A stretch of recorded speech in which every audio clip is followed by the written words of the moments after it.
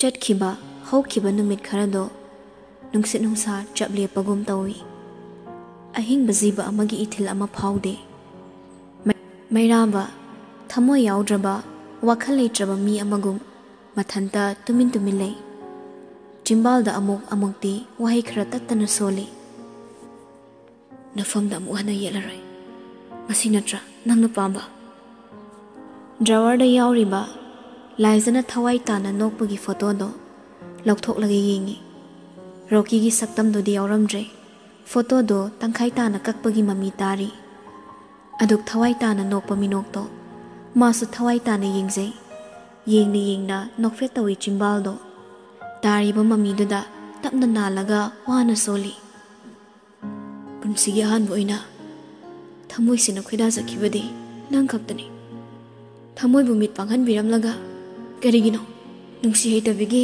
ꯁꯛꯂꯣꯟ ꯂꯧꯔꯤꯁꯦ ꯅꯪ ꯔꯣꯀꯤꯗꯣ ꯀꯌꯥꯝ ꯄꯥꯝꯒꯦ ꯃꯥꯒꯤꯗꯃꯛ ꯅꯪꯅ ꯑꯍꯤꯡ ꯊꯣꯛꯂꯤꯁꯦ ꯀꯩꯒꯤꯅꯣ ꯑꯩ ꯌꯥꯝ ꯋꯥꯔꯦ ꯅꯪ ꯅꯠꯇꯕ ꯀꯅꯥꯒꯁꯨ ꯑꯩ ꯄꯨꯟꯁꯤ ꯂꯝꯕꯤ ꯆꯠꯃꯤꯟꯅꯕ ꯄꯥꯝꯗꯦ ꯅꯪ ꯂꯥꯛꯑꯣ ꯂꯥꯏꯖꯥ ꯅꯪ ꯂꯥꯛꯑꯣ ꯆꯥꯛꯂꯤꯕ ꯊꯃꯣꯏꯒꯤ ꯃꯩꯆꯥꯛ ꯈꯥꯡꯕ ꯉꯝꯗꯦ ꯂꯥꯏꯖꯒꯤ ꯐꯣꯇꯣꯗꯣ ꯆꯦꯟꯅ ꯄꯥꯏꯁꯤꯜꯂꯒ ꯇꯥꯔꯛꯀꯗꯕꯒꯤ ꯌꯥꯟꯗꯨꯅ ꯂꯩꯔꯕ ꯄꯤ ꯃꯔꯤꯛꯇꯣ ꯐꯥꯖꯤꯜꯂꯒ ꯂꯩ ꯃꯔꯤꯜ ꯈꯥꯕꯒꯤ ꯃꯇꯤꯛ ꯃꯤꯠꯇꯒꯤ ꯄꯤꯔꯥꯡꯗꯣ ꯇꯔꯥꯏꯅ ꯁꯤꯟꯊꯗꯦ ꯇꯥꯟꯖꯥꯗꯨꯗ ꯊꯣꯡꯗꯨ ꯇꯞꯅ ꯅꯣꯛꯇꯣꯔꯛꯏ ꯃꯩꯔꯥꯕ ꯃꯃꯥꯏꯗꯣ ꯍꯥꯏꯐꯦꯠ ꯁꯦꯝꯖꯤꯜꯂꯒ ꯈꯧꯗꯦꯝꯂꯒ ꯍꯥꯏꯔꯛꯏ ꯆꯪꯉꯣ ꯄꯥꯎꯈꯨꯝ ꯐꯪꯂꯕꯗ ꯕꯤꯔꯖꯤꯠꯁꯨ ꯆꯪꯂꯛꯇꯨꯅ ꯂꯦꯞꯂꯔꯦ ꯃꯈꯨꯠꯇ ꯐꯥꯏꯜ ꯆꯕꯨꯜ ꯑꯃ ꯄꯥꯏꯔꯛꯂꯤꯕꯗꯣ ꯎꯕꯗ ꯃꯩꯔꯥꯕ ꯁꯣꯔ ꯇꯞꯅ ꯍꯣꯟꯊꯩ ꯄꯣꯊꯥꯐꯝ ꯈꯪꯗ꯭ꯔꯗꯨꯅ ꯃꯐꯝꯁꯤꯗ ꯄꯣꯊꯥꯕ ꯂꯥꯛꯄꯅꯤ ꯑꯗꯨꯕꯨ ꯃꯍꯥꯛ ꯄꯣꯊꯥꯕ ꯐꯪꯂꯣꯏꯗꯧꯔꯤ ꯍꯥꯏꯅ ꯐꯥꯏꯜ ꯑꯃ ꯍꯥꯡꯂꯒ ꯃꯩꯔꯥꯕꯗ ꯎꯠꯂꯤ ꯁꯔ ꯃꯆꯥ ꯁꯔꯅ ꯍꯥꯏꯕꯗꯣ ꯁꯤꯗ ꯂꯣꯏꯅ ꯂꯩꯖꯔꯦ ꯃꯩꯔꯥꯕ ꯕꯤꯔꯖꯤꯠꯇꯒꯤ ꯐꯥꯏꯜꯗꯣ ꯂꯧꯔꯒ ꯆꯦꯁꯤꯡꯗꯣ ꯑꯃꯃꯝꯇ ꯑꯣꯏꯅ ꯃꯊꯪ ꯐꯥꯛꯏ ꯍꯥꯏꯒꯠꯄ ꯆꯦꯃꯥꯏ ꯈꯨꯗꯤꯡ ꯃꯩꯔꯥꯕꯒꯤ ꯃꯤꯅꯣꯛꯇꯣ ꯍꯦꯟꯖꯤꯜꯂꯛꯏ ꯅꯣꯛꯃꯤ ꯃꯆꯤꯟꯗ ꯇꯞꯅ ꯁꯣꯜꯂꯤ The reason is here ꯕꯤꯔꯖꯤꯠꯁꯨ ꯌꯦꯡꯂꯛꯏ ꯇꯥꯟꯖꯥꯗꯨꯗ ꯊꯣꯡꯂꯣꯝꯗꯒꯤ ꯅꯨꯄꯥ ꯁꯦꯀ꯭ꯌꯨꯔꯤꯇꯤ ꯑꯃꯒ ꯃꯔꯩ ꯌꯦꯠꯅꯗꯨꯅ ꯆꯪꯂꯛꯏ ꯏꯔꯦꯟꯖꯅ ꯆꯪꯒꯦ ꯍꯥꯏꯕꯗ ꯌꯥꯗ꯭ꯔꯗꯤ ꯅꯈꯥꯡꯗꯣ ꯒ꯭ꯔꯤꯟ ꯀꯥꯆꯒꯦꯗꯅꯤ ꯑꯩ ꯀꯅꯥꯅꯣ ꯈꯪꯉꯨꯅꯦ ꯇꯨꯡꯗ ꯀꯥꯟꯅꯔꯛꯀꯅꯤ ꯑꯔꯦꯝꯕꯗ ꯎꯁꯤꯠꯇ꯭ꯔꯤꯅꯦꯅ ꯁꯤ ꯇꯣꯛꯀꯅꯤ ꯉꯁꯤ ꯃꯩꯔꯥꯕꯒꯤ ꯑꯣꯐꯤꯁ ꯌꯧꯔꯛꯂꯐꯥꯎ ꯃꯥꯅ ꯉꯝꯗꯨꯅ ꯆꯪꯂꯤꯕꯗꯣ ꯎꯕꯗ ꯁꯦꯀ꯭ꯌꯨꯔꯤꯇꯤꯗꯣ ꯇꯥ ꯍꯥꯏꯔꯛꯏ ꯐꯖꯅ ꯍꯥꯏꯔꯤꯉꯩꯁꯤꯗ ꯌꯥꯝ ꯊꯨꯅ ꯊꯣꯛꯄꯤꯌꯣ ꯅꯠꯇ꯭ꯔꯗꯤ ꯑꯩꯈꯣꯏ ꯑꯍꯦꯟꯕ ꯐꯣꯔꯁ ꯁꯤꯖꯤꯟꯅꯔꯛꯀꯅꯤ ꯅꯁꯛꯇꯨꯒ ꯑꯍꯦꯟꯕ ꯐꯣꯔꯁ ꯀꯥꯏꯅ ꯆꯠꯂꯣ ꯁ꯭ꯋꯥꯏꯗ ꯑꯩꯅ ꯁꯤꯗ ꯂꯥꯛꯏꯁꯦ ꯌꯥꯝ ꯂꯥꯛꯅꯤꯡꯗꯅ ꯂꯥꯛꯄ ꯃꯥꯟꯕ꯭ꯔꯣ ꯅꯨꯡꯁꯤ ꯂꯥꯟꯕꯨꯡꯁꯤꯗ ꯑꯋꯥꯕ ꯇꯥꯔꯕ ꯃꯤꯒꯤꯅꯦ ꯍꯦꯜꯞ ꯇꯧꯒꯦꯅ ꯂꯥꯛꯏ ꯆꯠꯂꯣ ꯁ꯭ꯋꯥꯏꯗ ꯄꯦꯄꯥ ꯇꯧꯔꯛꯀꯅꯣ ꯇꯥꯅꯤꯡꯗꯦ ꯃꯩꯔꯥꯕ ꯅꯣꯛꯃꯤ ꯁꯦꯀ꯭ꯌꯨꯔꯤꯇꯤꯗ ꯌꯦꯡꯂꯒ ꯌꯥꯔꯦ ꯍꯥꯏꯕꯒꯨꯝ ꯃꯈꯨꯠ ꯈꯜꯂꯛꯏ ꯏꯪꯒꯤꯠꯇꯣ ꯎꯕꯗ ꯁꯦꯀ꯭ꯌꯨꯔꯤꯇꯤꯗꯨꯁꯨ ꯃꯀꯣꯛ ꯅꯣꯟꯂꯝꯂꯒ ꯄ꯭ꯔꯞ ꯊꯣꯛꯈ꯭ꯔꯦ ꯕꯣꯏ ꯅꯣꯛꯃꯤ ꯆꯪꯁꯤꯜꯂꯛꯂꯒ ꯃꯩꯔꯥꯕꯗ ꯀꯣꯜꯂꯤ ꯃꯩꯔꯥꯕꯁꯨ ꯅꯣꯛꯂꯒ ꯀꯣꯟꯁꯤꯜꯂꯤ ꯃꯁꯥꯁꯤꯡꯗꯣ ꯐꯠ ꯍꯟꯗꯣꯛꯅꯔꯒ ꯑꯃꯨꯛꯁꯨ ꯂꯦꯞꯄꯤ ꯕꯣꯏ ꯃꯩꯔꯥꯕꯗ ꯌꯦꯡꯂꯒ ꯀꯩꯅꯣ ꯇꯧꯔꯝꯃꯤꯁꯤꯅ ꯊꯥꯏꯅ ꯀꯣꯂꯦꯖ ꯂꯥꯏꯐꯇ ꯌꯪ ꯖꯣꯅꯤ ꯗꯦꯞ ꯍꯥꯏꯔꯒ ꯈꯨꯠ ꯂꯥꯎꯅ ꯐꯥꯎꯔꯝꯕ ꯆꯦꯍꯦꯔꯥꯗꯨꯅ ꯀꯪꯂꯥ ꯀꯔꯕꯥꯔꯒꯤ ꯗꯥꯁꯥ ꯂꯩꯔꯝꯃꯤꯁꯤꯕꯣ ꯋꯥꯍꯩꯗꯨꯗ ꯃꯩꯔꯥꯕ ꯅꯣꯛꯂꯛꯏ ꯅꯣꯛꯅ ꯈꯨꯝꯃꯤ ꯅꯨꯡꯁꯤ ꯃꯩꯆꯥꯛꯀꯤ ꯔꯤꯌꯦꯛꯁꯟ ꯊꯣꯛꯏꯅꯤ ꯅꯅꯥꯛꯇ ꯂꯩꯔꯤꯕ ꯑꯅꯤꯗꯨ ꯀꯩꯝ ꯀꯥꯟꯅꯗ꯭ꯔꯣ ꯀꯩꯒꯤꯅꯣ ꯃꯣꯏꯅ ꯃꯤꯔꯦꯝ ꯑꯗꯨꯛ ꯌꯥꯝ ꯑꯣꯏꯔꯤꯗꯨꯕꯣ ꯐꯣꯔꯦꯟꯅꯔ ꯑꯩꯅ ꯂꯥꯛꯑꯒ ꯍꯦꯜꯞ ꯇꯧꯕꯁꯤꯗꯤ ꯈꯔ ꯏꯀꯥꯏꯅꯤꯉꯥꯏꯅꯤꯀꯣ ꯑꯗꯨꯕꯨ ꯏꯀꯥꯏꯗ꯭ꯔꯁꯨ ꯀꯥꯏꯗꯦ ꯃꯩꯔꯥꯕ ꯇꯞꯅ ꯅꯣꯛꯂꯒ ꯌꯥꯔꯦ ꯀꯩꯗꯧꯔꯒꯦ ꯉꯥꯏꯍꯥꯛ ꯋꯥꯔꯤ ꯋꯥꯇꯥꯏ ꯇꯧꯔꯕ ꯃꯇꯨꯡ ꯑꯍꯨꯝꯗꯣ ꯂꯩꯔꯤꯕ ꯁꯣꯐꯥꯗꯨꯗ ꯐꯝꯃꯤꯟꯅꯔꯒ ꯀꯨꯞꯅ ꯋꯥꯔꯤ ꯇꯧꯔꯤ ꯕꯤꯔꯖꯤꯠ ꯐꯥꯏꯜꯗꯣ ꯃꯈꯨꯠꯇ ꯄꯥꯏꯔꯒ ꯆꯦꯁꯤꯡꯗꯣ ꯑꯃꯃꯝꯇ ꯑꯣꯏꯅ ꯄꯨꯊꯣꯛꯂꯒ ꯃꯩꯔꯥꯕꯗ ꯆꯥꯎꯔꯥꯛꯄ ꯎꯠꯂꯤ ꯁꯤꯅ ꯀꯨꯟꯖꯣꯒꯤ ꯁ꯭ꯀꯨꯜ ꯁꯥꯈꯤꯕꯒꯤꯅꯤ ꯁꯤꯁꯨ ꯁꯦꯟꯇꯦꯠ ꯄꯦꯄꯔ ꯁꯤꯖꯤꯟꯅꯔꯒ ꯁꯤꯒꯅꯦꯆꯔꯒꯤꯗꯃꯛ ꯑꯦꯛꯁꯇ꯭ꯔꯥ ꯑꯃ ꯁꯤꯟꯗꯣꯛꯂꯒ ꯑꯣꯏꯔꯤ ꯋꯥꯔꯛ ꯄꯦꯄꯔ ꯑꯃꯗꯤ ꯁꯤꯒꯅꯦꯆꯔ ꯄꯦꯄꯔ ꯇꯣꯉꯥꯟ ꯑꯣꯏꯔꯝꯂꯤꯕꯁꯦ ꯃꯔꯝ ꯂꯩꯔꯝꯂꯦ ꯋꯥꯔꯛ ꯄꯦꯄꯔꯗ ꯋꯥꯍꯩ ꯁꯥꯡꯅ ꯏꯊꯣꯛꯂꯕꯗꯤ ꯄꯦꯄꯔ ꯑꯅꯤ ꯁꯣꯏꯗꯅ ꯆꯪꯒꯅꯤ ꯑꯗꯨꯒ ꯃꯅꯤꯡꯗ ꯌꯥꯎꯔꯤꯕ ꯁꯤꯒꯅꯦꯆꯔ ꯇꯧꯐꯝ ꯄꯦꯖꯁꯦ ꯍꯥꯡꯍꯜꯂꯤꯕꯁꯤ ꯑꯇꯩꯒꯤ ꯑꯣꯏꯔꯝꯗ꯭ꯔꯦ ꯁꯦꯟꯇꯦꯠ ꯄꯦꯄꯔꯒꯤ ꯃꯅꯨꯡꯗ ꯏꯔꯤꯕ ꯋꯥꯍꯩꯁꯤꯡꯁꯤꯅꯅꯤ ꯀꯨꯟꯖꯣꯒꯤ ꯊꯧꯑꯣꯡꯁꯦ ꯉꯁꯤ ꯉꯔꯥꯡ ꯈꯛꯇ ꯄꯥꯏꯈꯠꯄ ꯑꯣꯏꯔꯝꯗ꯭ꯔꯦ ꯁꯥꯔ ꯃꯆꯥ ka hena ngakpa supok lude adubu mairaba ngakchana nanui mayam gi mitingda tumin leirabaso apang manate lona kupna thizin kiba ngaktani Lindabo hu taret khana yaramdaba mapana kaisu leitaba khabar de iba wahi amana mamo ebagi phirep logani haiba mairaba gi pukning ni yaningde Lindana sorok thokna ngawrabaso mapan aduk hakna minungsi leiba mi oiduna minungsi utkani haibaso thamoina yade wakhang yak sum khalamlaga mairaba boido ansilai scented paper se Bulgaria gi nai kamai to bono sibo sigi matangda knowledge lebra boy tapna Bulgaria gi forest hoba coniferous hairiba tas makhalamo oiba jan sikewa hairiba upambi dagi sungba paper ne sen na sweet apple oigani masi Arun ba signature lawna bagidama hoje yamna trending oiba weni mathakta wai khara irabaso ahangba paper amada hekta sign toksin basa tarai na tawba yadre matam sidudi paper se ekhoin hek yengmada blank oiraso candle or yamna anganba light amagi mamangda thangjinbada loina uba ngamgani candle light ki mangal yodrikai wahi do mayek sengoi karingumba word ama fau iri haiba khangoi maduri kunjona toromlido I don't know him but masimadi actual fraud ni Bridget mathasa na mairaba da yenglaga adudi masi pumnama sarsu khanglam tare mairaba wangdi ngangda makokto tapna nomi boy sordo amoktang hontharaga makha tari pabungna kamchada call toraga jan sikewagi maram danglaupadu paw ai masimakidi idea lairude ma kyam neidana sentence paper sizinadana migi property bo choksilamba Bridget tapna scented harabaso kahena manam chende manam chelamladi aikhoina sulaina khanglamgadabani nangna chini haina pau pirakpa numito aduda sarma chai khoini kunjona tawkiba thika gi file singdo putholaga candle light tawraga yengmani adubo punamakto khudi amagi mathakta lonsilamle khwaidigi ngaklibadi candle light hek phangmaga thika gi damak inama wahi singado makhraga property gi maramda mayek tholakpani asuk thina lakcharambasidi Bridget na taxi son badu tabada mairaba noklaga hairi kaka masida matha safam thokdeda pabung da so safam thokde pumna mo hotnabada meeting jang mangam kidamani hairaso haiman ma thokloi masigi paper mayam sina pabung da blackmail tawbani property pumna ma makhoi gi oire haibagi signature do tarai na akhoi gi thakta thangat pe yaroi khangmana ahan bada family gi oiba mari ama semna mo narakpani boy noklaga nasak phajare nupina kele khalaga mingsel mamang lebranga nal na thumda ngaw boirambasidi khajiktang di kai ai nangidama wahai duda mairaba sauni yinglei sawganu asingbane aina haibiri se atai lairi mapana tawri mayam sibo machana pido khangzalo nangna nahanagi tumin leisinaraga lohongba kainaba tharang tawrise mapana tawramisiga hairadi soidana kairani ado machana pido plan da yaramdradi nungaite he mairaba pakhom pak he pirakte madugi mahot phamlambadagi puhogoli litliba fruit ki khudang do haifet semlaga khonjel di kan dabi hairami yawba yawdaba nangalong biradongni adunani aina nangsida kaurise amasu mayum paningba amasu nupi thiningba chapjare boidu mamit mana chap yung khalaga mairaba da yenglei aduba nupa dudi hanasi yenglamda faldo tapai khalaga prapap thokre mairaba na chatkibado mityi na koitan tana duna tungsat on thoklaga boy lauduna lehawi masak phajabro photo amte yenghoge aidi badi hoba pami ko good girl pamde badi pami ko badi mairaba sunok laga mangde on silakta makhut hairami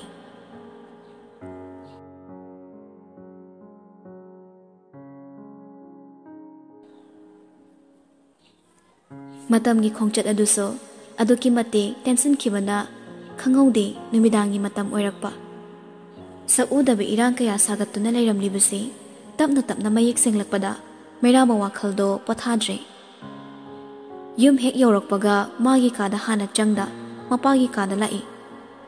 Thong du ihang hanglambana fat adom changsili. Yaskol do wakhala makhan bagi moongda tumin famduna leirami. Mera bangi hakti chap lepi. Mapada taina duna khatnagadra. Tati sauduna chaigadra magian ngauri. Sordo amuktang tapna hontharaga changlai. Mi sanglakpagi saum phangmada Yaskol su yinglai. Adubu macha oirambada ingangakli. Nongmata magi kada changdaba machana. Ngasi changakpasi ubada ingangakna yingduna laikre. Mairabaso mapaba haipetamak yinglamlaga. Manak nangna changsilaktuna pairakliba fildo tapna thammi mapagi mangda. Anido wadingang na de haibamo oiriba matawduda ichingna singnare. Yaskol ningsing mangching mairabana thamlakpa fildo tapna phaklaga yingli. Adubo manungda yawramliba singdo ubada lawai satkre. Machagi makhutta leirambasina amuk hena ngakladuna mairabada yinglai. Mairabaso mapada yingi. Makeup sida saugadra nokadra tawfom khangdabagi moongda hairei. Mi masa khrana lang thaga. Pabungna khongna thongna changsilaga thuhanba. Aduga engonda maisa langalise kaigino. Yaskol khumdi tumina dumak lei. Adubu mairaba pendana makha tarai. Aigi kangkhada lin kulalaga pabungna paikhatke khaliba thabak se kaino. Loong basina pumna makkan mangamnadagum pabungna tawri se kaino. Yaskol sor mapi ama tapna hondoklaga. Nangi adugumba tapthaba heitabana tawdunani. Nanga aruba wa amata tanhaningdabase. Loong manatana option leite. Aikhoidagi kunjona hena khumang choksilambana tumin leiba tabani. Masi pumnamak aikhoina mabo office ta changingma matamda changankhibana ni. Mabo thingma leirudabana mana tawningba tawrambani. Mapagi wado mairaba yaningde. Yaningdana yengi mapada. Property pumnamak scenery haibagi sign di tawkhiba leitri. Adubo maral mathum yambagi mati pumnamak loisilakle haiba yare. Che khudingmak ani thoktuna kunjo amadi RK construction na paibani. Sign khudingmak ani rak tawkhibana kunjo daso aibadu leire. Adum oinamak irai laina kunjo na puthokpagi hak leite. Masina maram oiduna luhongnaba hana tharang tawbani. Maraksida mairabana gyan yamna tadabam hairagadi. Yaskol na khangna luhongba yasilakpasini. Machagi sur khangmana Yaskol do kagi table da leiriba paper singdugi maraktagi mana khangna chena ama chingthoraktuna mairabagi mangda thammi. Newspaper gi wafam do kunjogi khut yawena ai kunjobu nganglugi chatpani.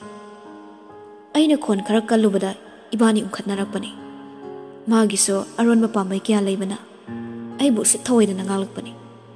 Masida natana machinna thokna mana tawba Arun mapumba masana takthokjarakpani. Adubo mangsa tungsu pumnama mana thatkibani. Karingumba machabu mamo oibasida harau yadrabadi machanupida nangna sexual harassment pi haizindana mayam mangda case tawgani haidana blackmail tawki. Advocate singfu masamaki soi tawduna case order gidamak sem saduna leiramki. Masida ayyo raiba upaidi ichabu kanbani. Yaskol khonjel do khazik amo taptharanga makha tarai. Nasalga khoyani gi hanna yenglubada nang natana kanabu leiri. Ichana miya mangda ikai phiru khunggadabagi saruk lairi balan thumse lemna mangja kisano. Makhoina mapu saduna leikisano. Ipagi di icha soktraga loire thoiba. Mapagi wahi tabada mairabagi thamoi haifam khangdaba chaina fawi. Kunjobu su sauningi mikop sida lindabaso hainingai leitana utcharakle. Mapana magi mangda thamlakpa chedo paikhatlagi yingi. Aduk angang macha taba thawo khallubada mairaba nokningbasu phawri wakhalda khalli. Miyoibana khoigi kalakpagi pankhaisa siyongna wangboireko. Chedu yingna makuna srusruna sinduna chena paisile. Sauningba pendaba kayana ihul oina phudoraklabada kunjobu khatningba phawri. Ningsinglai matam amada lindana tattana haikhiba. Lairiba property khudingmak magi mingdo olo tattana haikhi. Adubu Mairabana Yaba Kova Lakidabana Asigumba Pambai Asigi Poram Pomit Yat Pahorakpani Haiba Gyan Lakli Sounding Labaso Tamoy de Harauri Karigidama Laibak Punjau Tinda Luhongani Kaliba Kunjogi Wakaldo Tarai Namanghan Mangamba Upayama di Pirakli Adubu Karamna Haiba Wahangdugi Pakumdi Mairabanatana Kanana Supi Bangamdoi Maisa lang na bagaya laktagi China helibadi tumina lot ibi ma khaktani punsigi da maglan thengnari bi magumna waba leiramloi khali wakhalda laisagi akan baningai na linagi machin menkhre adubo chayol ama phaning chit oirakla faw lina mayum da hande chillaba mathau marakta ahingi taibang khangda laisabu kopna yengi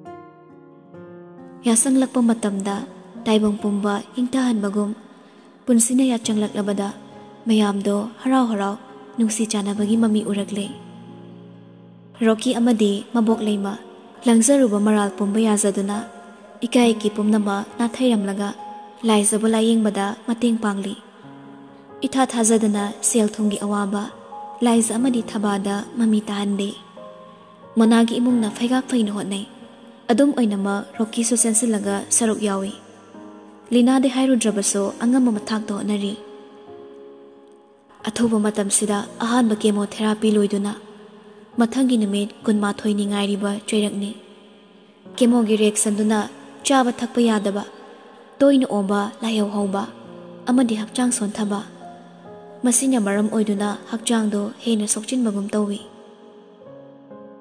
Adubo magi damak awat palaitre sauna khiba yekna khiba pumnama kakthokna duna mayam do harau laizabu phanaba yengani haiduna asa kaya leinari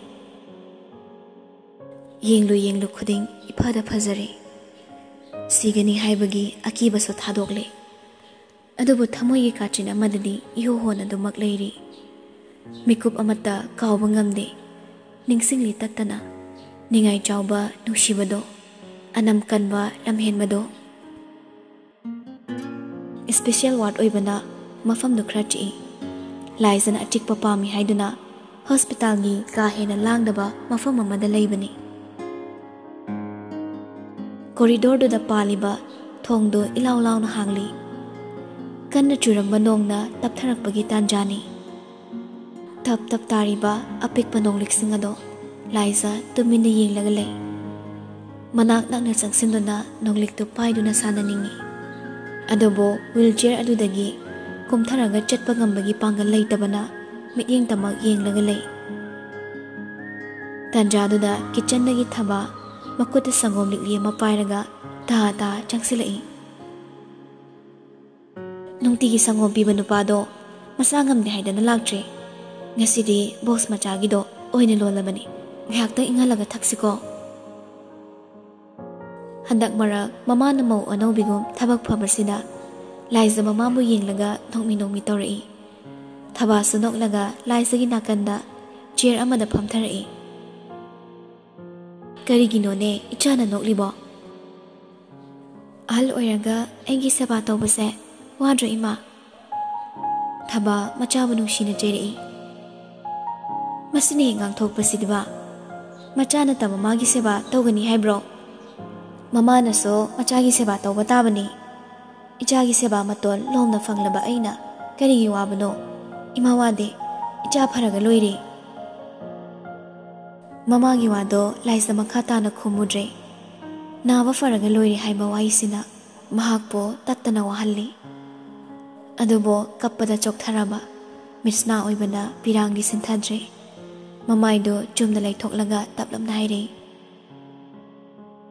Samse amuk tahat piyo ima Nahat punsin kibadagi Samaina sum lairabani Aduga ima na famtharak chingay Radio do on tawbiramo Yatjanglak po matamse Sayring hiyik pathokpani Makup tari banong liksingse Yenglaga ay sayring tage Tabaso machana haibado magtawi ceiling मथक्ता attach तौरिबा रेडियोदो remote पाइदुना on तौरमलगा मचागी मनिंगदा फमथै यामख्रबा समलांगदो समूल चेना तासिलिबदो थबा थोंनिंदा तपना थोई समूलदुना हे काइबदा हौनरुबा तौदा थबा ममित्तगी मपी सिंथरकले यामख्रबा अमुबा समलांगदो हौनरुबा तौदा सोकलुबा लेता थबागी तंपाकता केलकले मखुत मसा निकना मसमदो तपना नादुना हत्पी अदुबो थेंगलुबा सोकलुबा मफम खुदिंग केलबदा थबादो हेन कपनिंगलकले लाइजसु खंगी ममागी मतौ अदुबो कपलुद्रे नोमी हाइरे संबुल चेना पुनबियो इमा अइना सम थादोकलदी यम्बुंगना साउनी थबादो खामंगमक्त्रे मचागी कोकता तपना नाथबिरगा कपनिंग मदु खांगी मिकुपसिदा रेडियोदगी सेरेंग अमा इतप तपना तार इना कोंगदा तप तारिबा नोंगलिकसिंगदगी मखोलगा लोइनना याचंगलकपा पुनसिना वारौदी कनादा ताइनगे सुखलुदे विधाता मंगोंदा लाइवक फैदा ताइबोंग मपोपु फंगजबा ममसिलकलबा पुनसिना हेनदुम फावरकली ताइबोंग नुंगसिबा तेलबा मिकुप खरादा लांगली तटलबा तेलंगागुम इनिंग तमना पाइनिंगली येंगलुई अइना नुंगसी माइकैदा मंगलुरे मंगलान अमसो मंगलाकनगनी खंगना मंगलाकनरबा मिकुपसिदा ओइरे मिटलुदे इंगा इंगेन काइगन बलिकलीगी मतौगुम काइरे थमोइसो मचेत ताना अइगिसो ओइबा फंगलरोइदबा थाजमाबु मितारुबा अथेनबा वाखलना फंगौबा निमिंगथोल नोंगिन चेकला वारौदी कनासो याचंगलकपा पुनसिना वारौदी ताइबंगबो सेरेंग अदुना लोइसिलकपदा लाइजा चिम्बालदा ममोन नोकलम्मी अदुबु मिटलुदी इचोचोतपा हौरकले इल्लिबा थारप तौवा फी अदो तपना थांगतुना तैथोई थबासो मचागी समदो चेक्सिन्ना हाली मरु अमा फावबा केलहनिंगदा चेक्सिन्ना हाली सेरेंग अदुना नुमित्तुगी अरोइबा ओइरा माले खंगौदना सनालेबाग न्यूज़दगी ngasi topic haiba program do thazilai ahan mamaktada ngasi topic ki list ta leiba topic sing asi mayam na ka hena interest oigadaba news ngaktani mayam loina thamkraga hoje ka hena mayam na ngangnari basi ningthemsa construction gi proprietor mairaba ningthemcha gi wedding announcement sini ka hena miyam na sakhang na bo oibana lohong base acham lohong ba madi oirodori masigi matangda aza sam dalakchege azagi mod khara thambiyo makha tarak tringe thama radio do yam thuna muthali remote na kanda makhol thokna thamkhraga mathanda soli migi wabu topic oina ngang base thaule khidreda na khoise ngang da machagi samdo mu hatpi laizana tumin laikibado thama chingne adubu maso kari hairuni मिकुप खरा असम लैरमलगा लाइजना तपना कौरी इमा हायो इमा लैये लाइजा Nomi Tauranga यम्बुंगना को येतपदो याम फसनी को थबा खुमदे खुमंगमदे लाइजा नोमी तपना दुमा मखा तारई सना मचुगी मोइरांग फिजलना मपाल हत्पा फैजोम सेलगा कुंजा काउदुना थोंगालदगी चंगलकपदो अहुबा मिसिंगना येंगननी को इमागी बेमा नंगबु तोकलोबा थेमजबगी वानी लाइजदा चंखिद्रे थिंगजिनना थंगलंबा पिरांगसु खजाइदा तपना चेंथरई पिरांगदुगा लोइनना खंजेलदो तनिक मखा ताई माना पुम्या लेटपदो याम फजबनी चंदोल असांगबा थिनबसु मादी याम पक्चबनी साथीबा मानबा मसक्तो अपोबो हुया अनिदुना रासि यामना लेहनबनी संतक तोबा ngaksamduda yamong nei na fi hanbado yam pakchagani ko ima thaba kapning madu khangjili Yam pakjagani. Mamagi pakum panglabada laisa nokphe tawrai. Masado khara khasik thaidoklaga mamagi thabakta ngatharaga maminda tariba nokleksingdo yengi. Ai yambumna bor oiba yengningi ima. Mana bor satra tawbagi chinglemna fambado imit pena yengningi. Ai yambung uba fanglaroidra. Hayo ima. Asiba laidubo amukda khambiyo ima. Ai yambung na bor oiba yengjakike. Ai yambung uningi. Ai mabu uningi ima.